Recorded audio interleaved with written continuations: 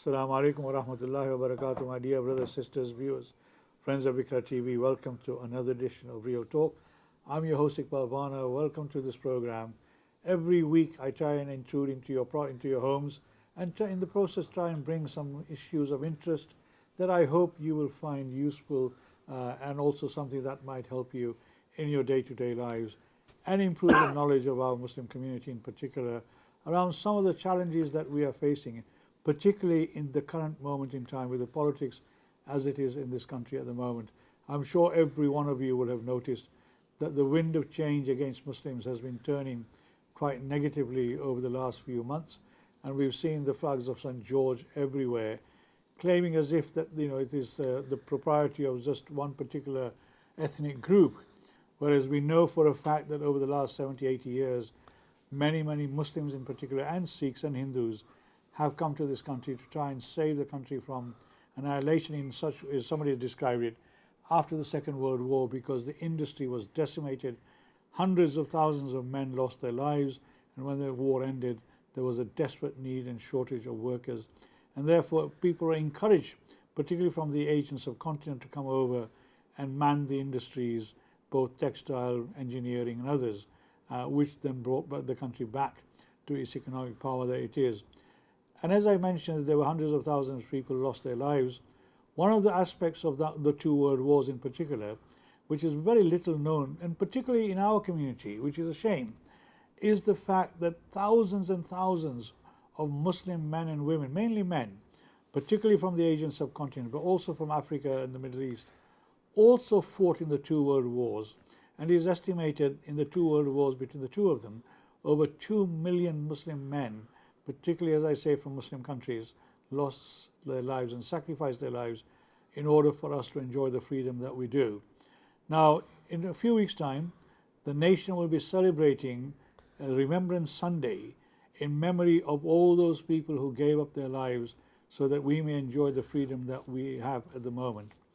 Little is known in the Muslim community, let alone the non-Muslim community, of the sacrifices that were made, as I said, by people from the Muslim community throughout the world, not just from the Asian subcontinent, but as I say, from the Middle East and Africa, and they served with due diligence. And one of the last people to fight in the Second World War in particular was our friend from Bradford, Haji Khadim Saab, whose son Amjad Parvez was with me 2-3 weeks ago to try and remind us of his sacrifice and the service he gave to the British Royal Army in the Second World War. Today, I have an eminent young man with me. His name is Nusrat Hussain. He's a Bradfordian, and he is a founder member of the Commonwealth Memorial Foundation. Nusrat, I call him Nusrat, sorry. Welcome to my program. Thank you for coming. And as I say, the founder member of the Commonwealth Memorial Foundation, and this is particularly to look at the contribution of all the people from the Commonwealth who gave their lives and sacrificed their lives in the two world wars. So Nusrat, thank you for coming. Thank you for joining me today. You are a Bradford person, aren't you? I am, yes. Yeah, born and bred in Bradford. Of course. And you joined one of the sort of services very early in your life. Yeah, Can you just tell us which service it was? It was the Royal Air Force. Wow. Yes.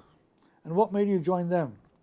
So I come from a long tradition of people serving in the British Armed Forces. Right. So I was the fourth generation, fifth person to actually serve. My forefathers were served in the First and Second World War. My uncle, God bless him, Ghalib Hussain, he served in the British Army in the 70s. Right. And I didn't want to go into the army because I was interested in airplanes and fighter jets, so I started in the Royal Air Force. Oh wow! And how do you find the Royal Air Force? Was it easy to get into? And once you were in there, how did you find it? Well, the thing is, the armed forces always encourage you to join, regardless whether you join in the ranks as a non-serving officer or as an officer. It's very difficult to get into the Royal Air Force. Possibly a lot more difficult than the army, where you don't really need qualifications to join as a soldier. In the RAF, you have to join at least with 5 GCSEs and pass other aptitude skills and tests to gain recognition, and still you have to pass a rigorous test of interviews, medical discipline and other aspects to allow you to gain entry even as a non-officer, as in the ranks within the Royal Air Force. Right. So it's very difficult to get in. I would expect around, the figures are around 5% of those applicants who go to join the Royal Air Force as an officer get through. So did you go and join the officer sort of batch, or was it just any recruit within the wider sort of Royal Air Force? So my initial my ambition was to always become a fighter pilot in the Royal Air Force. Right. That's the discipline I applied for. I passed all the aptitude tests, which are very rigorous. It's a 4-day course at a place called Royal Air Force Cranwell. However, I used to be a boxer at the time in my younger days, and I had a perforated eardrum. So regardless whether I had it repaired and my hearing came back, I wasn't allowed to become a pilot.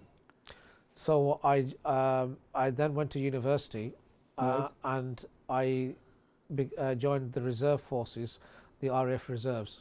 Right. Oh, I see. So was that the sort of entry point for you? Yeah, so I thought, at least whilst I'm at university, I went to read psychology at the University of Durham. The nearest station was RF Leaming, which was about 40 minutes away by car. So I used to travel from during the weekends and spend 3-4 weeks at a time training as a reservist. So normally as a reservist you join the ranks, not as an officer.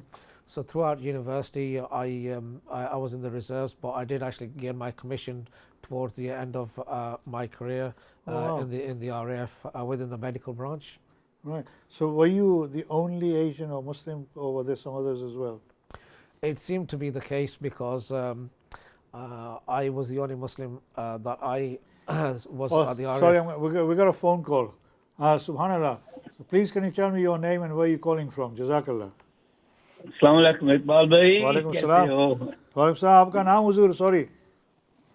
Nusrat बता देगा मेरे ख्याल से. Harry Bhuta, Mohammed Bhuta. Oh, mashallah, Bhuta sahab. And where are you calling from? Yaar Iqbal, it's Mohammed Bhuta Harry. Oh, acha. Sorry, bhai. Sorry, maaf karna. No. Sorry, what would you like to say, sir? Well, I think you've got a veteran there, and I've got a veteran on this end as well. I can tell you from the Royal Navy side of things. Oh, mashallah, yep. Yeah, because I served in the Royal Navy. Oh, subhanallah. While he served in the RAF, and so we both have missed our, the remembrances were all lonely before Nusrat did his Commonwealth War memorials. It'll be wonderful to now stand there with pride and take part, knowing that we're now commemorating the Commonwealth as well. Before that, before this, a gigantic step that Nusrat took. I'm so proud of him. Definitely. Yeah. No, I think that he should be recommended for something. Hopefully, with the help of Ikra, we can forward something. Inshallah. Inshallah. But nominations for awards are done by ordinary individuals in the community. Yes, they are. Yeah. So inshallah, I'm sure somebody watching this program may, be inspired and do what you suggested. Are you right? Yeah. No, he deserves a huge commendation for what he's done. Definitely. And what you said earlier on about our people, they don't take part in the remembrances thinking it's not for us. But 2 million people, 2 million Muslims gave their lives. Definitely. For our freedoms here. So do you attend the memorial service every year? I've been attending. As I said, I joined the Royal Navy in 1973. Right. And I was the only Asian Pakistani I saw for 20 years. I'm sure, yes. And I retired 20 years ago, and I've always attended every year. I attend the memorial. Oh, subhanallah. So would you encourage others? And I'm sure Nusrat would. But would you encourage others to come as well at the? Well, that's why I'm emphasizing it. That our people, they don't seem to think that they are involved, and they need to remember, but they do need to remember. Exactly. Millions and millions of Muslims that gave their lives, and that's something that our community is not aware of. Yeah. And I think with the work with the work that Nusrat is doing, Yeah. and hopefully, and what you've just done as well, highlighting on your show, And we need a lot more of this. Mohammed Saab, do you feel that the education establishment has not actually celebrated the involvement of the Muslim community in the two world wars? And do you feel that they now need to start redressing the imbalance? When we start to get the politicians that actually respect the Muslims and the part that's played by the Muslims in two world wars, then we might get somewhere. Right at the moment, we've got the likes of Nigel Farage, who are pushing hatred and vile, agenda that he has towards the Muslim community. Yes. We need to challenge these people first. No, I agree with you. They are the ones that are preventing any kind of progress. Right. This is the one step. This is just one step that Nusrat has taken, and inshallah we'll have. I think the next one in Leeds probably, and Manchester and Rochdale, and all the places that have got a good population of Muslims and our community. We'll try and he's going to try and get a memorial installed there. Well, I mean, I was before the program. Obviously, the Sikh Association, for example, in Huddersfield, have got a memorial dedicated to the Sikh community and the Sikh members of Sikh families, who lost their lives as well. And it's a sort of well-known, well-respected memorial dedicated to the Sikh community. But obviously, the problem that we have, Iqbal, and you know this very well.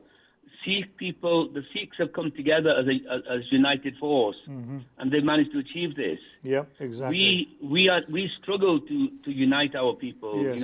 They just don't want to come together as one voice and trying to get things done, and that's another big problem. We can't, unless we are united as one voice. Sikhs are identified as one people. Exactly. We identify as Sunnis, Hafis, and that is Shias and things like that. And if you've been watching my program, I hope which you have, for the last 2 or 3 years, I've been saying that is our downfall as a Muslim community. Yeah. If you look at the size of the Muslim community in this country, with over 3 million Muslims, what we could achieve, and if you look at the contribution of the Muslim community to the economy of this country, it's absolutely phenomenal. Yet, despite all that, we seem to not be able to make any difference to the politics of this country. Mainly, in my view, is because of what you just said. This is going to be very controversial, but when I talk about unity, we just look at the number of mosques we got in Bradford alone. I know. Yes, I know. And that just says everything, No, to be honest with you, I don't have an issue about how many mosques there are. There can be as many mosques as is needed by the community. But it's the fact that if the people could come and work together, that's right. You can have all the mosques. You can have a Deobandi, Barelvi, Ahle Hadith mosque. I don't have an issue with that, because at the end of the day, none of us have got an issue with it. But they've all got their own agendas. That we don't have one. We don't have one agenda as under the banner of Islam. Exactly, and that's what I'm saying. You can have all the mosques you want, all the different denominations, but we need to come together under one agenda. Jazakallah, Muhammad Bhutta Sahib, for your contribution. Thank you very much. And I think what you're saying about the need to be available at these events is absolutely phenomenal. I've just told Naz, I have been attending the memorial services since 2008 in my capacity as a Deputy Lieutenant for the County of West Yorkshire, being the representative of Her Majesty the Queen and now the Majesty the King. So I've been attending this every year, and I attend the second largest memorial service, allegedly second largest memorial service in the UK, which is in Murfield, and I'm deeply honoured to be doing that. Thank you, Mohammed Sahib. Now, you heard what our brother said, Mohammed Bhutta Sahib. Of course, yes. And I'm sure you'd agree with him. I definitely do agree with him, because the only other person I had on board when I went to the exec committee at Bradford Council was the support of Harry Bhutta, who himself is a British Pakistani veteran, right, and understands the importance of bringing equity in recognition and remembrance for those people who served from the Commonwealth. and that's not just the Indian subcontinent, and it's not just Muslims, but it's Hindu, Sikhs, and Muslims, Christians. Oh, definitely, yes. And all people of all faiths and denominations, and it's also from the Caribbean, the North Americas, Africa. There were 5 continents involved, and many faiths. So the reason why I chose that, because as a Muslim I believe in inclusivity, in promoting the diversity that we have, and that's why I've called it the Commonwealth Memorial, because and I really applaud those people who have got, like say for instance, a Sikh memorial, because they've become united, and I know how difficult it is to affect change in society, and to get people on board, but they've managed it. But what I thought is, if I just start a Muslim monument, there are a minority of the Sikhs and the Hindus are in a minority, so and so are people from say Dominica and Jamaica and other countries in Bradford. And Bradford is one of those cities, or probably one of the main cities, where there's diversity in representation from various people of various different backgrounds, of gender, ability, and that's why I like to promote equality, because as a Muslim that's what we'd like to do, is that whenever you read the Quran, it's actually the Lord of the worlds and Rahmatul lil Alameen. He wasn't Rahmatul lil Muslimin, it's the whole world. It's the whole world, and we're not about just ourselves, but from having altruistic motivations, we've got to represent in equity everybody that was involved. No, obviously, yes. Now, in terms of, I asked this to Muhammad Bhutta Sahab about our education system. Now, I remember when I was studying in the school in this country at a young age, there was no mention of any involvement in the 2 world wars of people other than the traditional white British and Americans and maybe Australians and New Zealanders. Now, do you feel that that is something that has been neglected for too long? And do you feel that the Commonwealth Memorial Foundation will be hopefully going into the education system and trying to get them to recognize the contribution of the Muslim community as well? Well, the Commonwealth Memorials Foundation was actually born out of my original organisation, which was a platform for social mobility uplift, which was Shape UK. And I'll come to answer your question about that, but what I've got to do is see how the project has evolved. So with my background, I realized that I strove to go to a good university. I wanted to go into an organisation where I had a platform to represent my community, whether that was a British Pakistani community or whether that was a Muslim community. I wanted to do something. For me, I couldn't become a politician. I had a natural inclination towards the armed forces, and I knew that if I'd actually represented myself in my youth for my country, then I could actually use that experience, that knowledge, and the skills that I gained from the armed forces to come back to Bradford and to help the local community. So Shape UK, which stands for Sport, Health, Academia, Projects, Endeavour, incorporates those 3 disciplines in sport, health and education to help people from disadvantaged backgrounds, or those that don't actually have the opportunities or don't know how to access the opportunities, is to provide them that platform in economic and social mobility to get to the first rung of the ladder. And I actually didn't know about any funding or any grants or any contracts, but as a person coming from a business background and as a social entrepreneur promoting the best in social aspects, I actually self-funded a lot of the projects and helping people from any background to go and apply to good universities or apply to careers where they would actually come out with a vocation and use those skills. Well, what we wanted them to do was, if we supported them, for them to return to the community and support others and reciprocate what we actually did for them.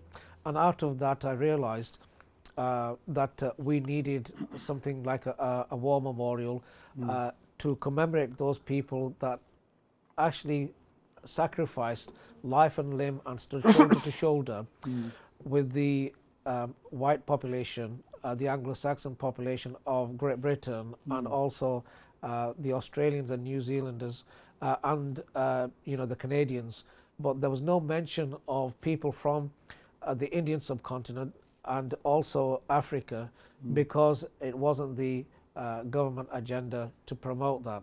And that's what we had to actually dig out from. So it was almost like whitewash, wasn't it? If you, it was. in inverted commas, whitewash. Exactly, and that's what it was. Yeah. And it's really, I was very saddened to learn afterwards exactly, how our ancestors, forefathers and ancestors that go back to the First World War and Second World War.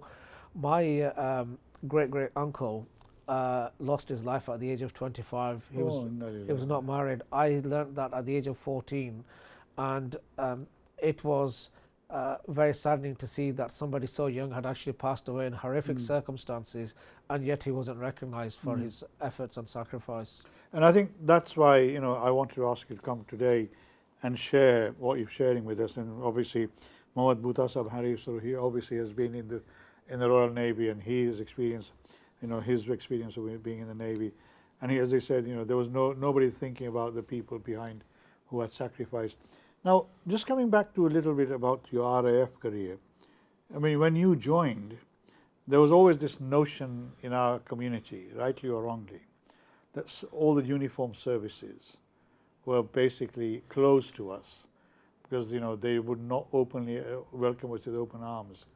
And we know that in the police service, for example, and other services, there have been a lot of cases of discrimination, both against men and women. Of course. How did you find when you joined the RAF? Did you find it challenging?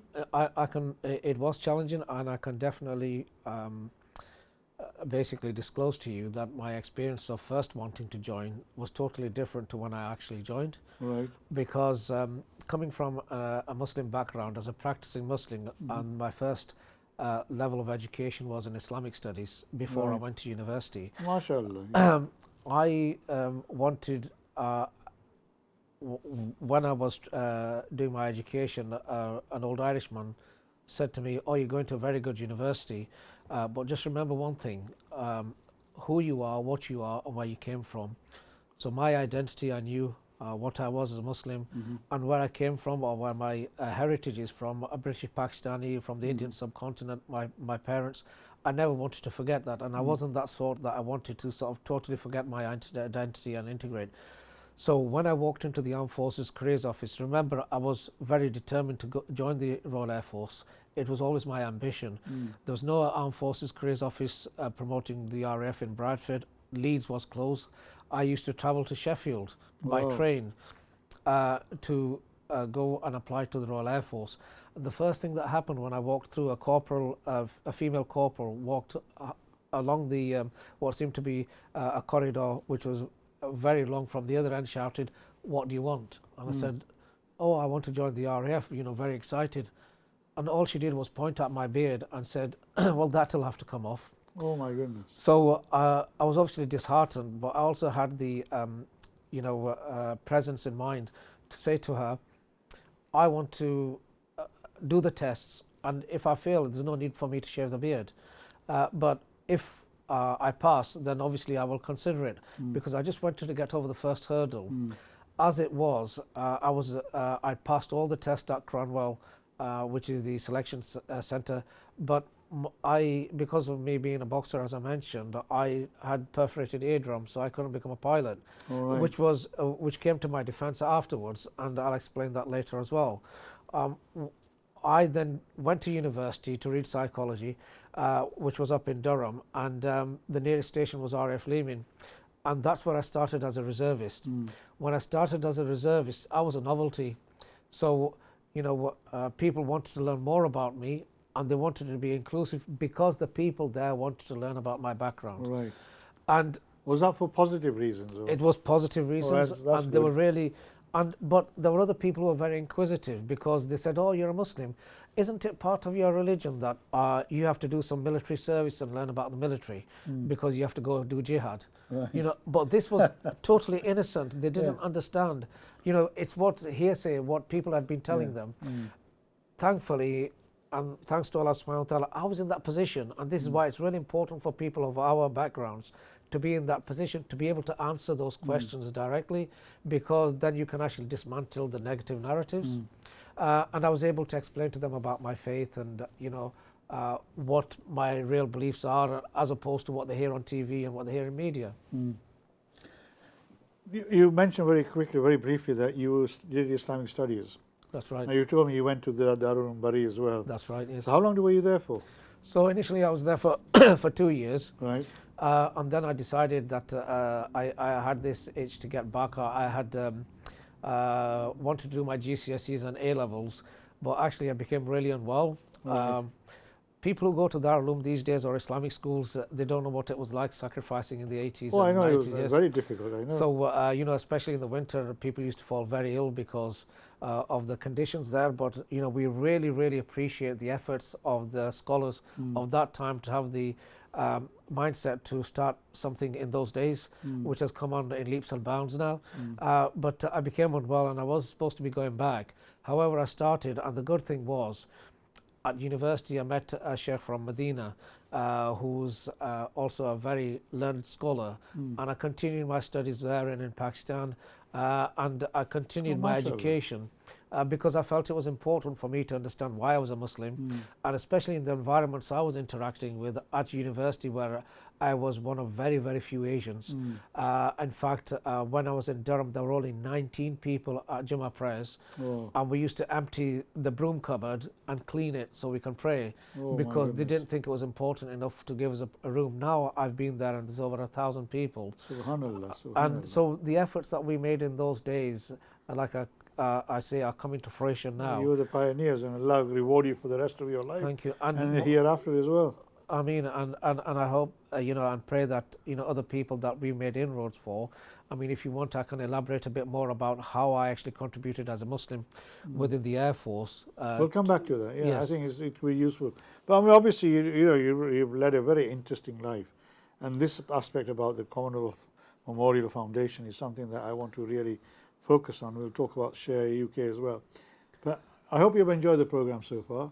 As Muhammad Mutasab, who phoned in, said it as well, that this is something that needs to be remembered, not only remembered but celebrated, but also taught to our children, because otherwise nobody's telling them that over 2 million Muslims from the whole world gave up their lives in order for people to enjoy the freedoms and the bounties of the democracy that we have at this moment in time. It's people like Nusrat, who gave up their sort of lives and who helped shape the new Britain that we've got at the moment. And we're now facing challenges against that. I hope you've enjoyed the program. We're going for a break. As I keep saying to you, enjoy your coffee, teas, faluda, whatever it is. And I'll be back with you soon. Take care. Assalamu alaikum wa rahmatullahi wa barakatuhu.